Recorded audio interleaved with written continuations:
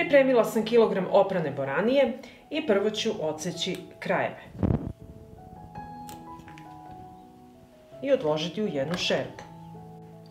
I tako ću očistiti svu boraniju.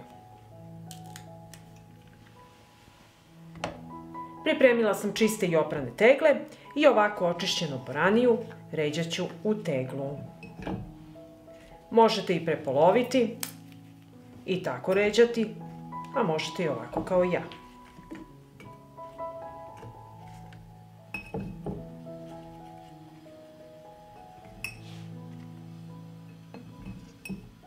I ovako napunjene tegle sa boranijom sipat ću po kašičicu soli.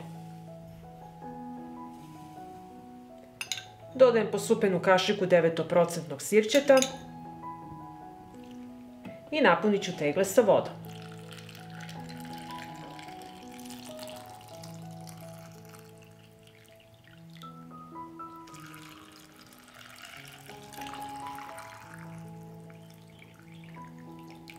Prebrisat ću vrh tegle sa sirćetom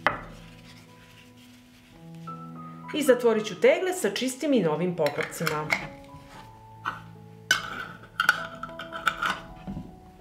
Potrebna mi je šerpa, na dno šerpe stavljam krpu i unutra tegle. U šerpu sipam vodu do visine poklopca.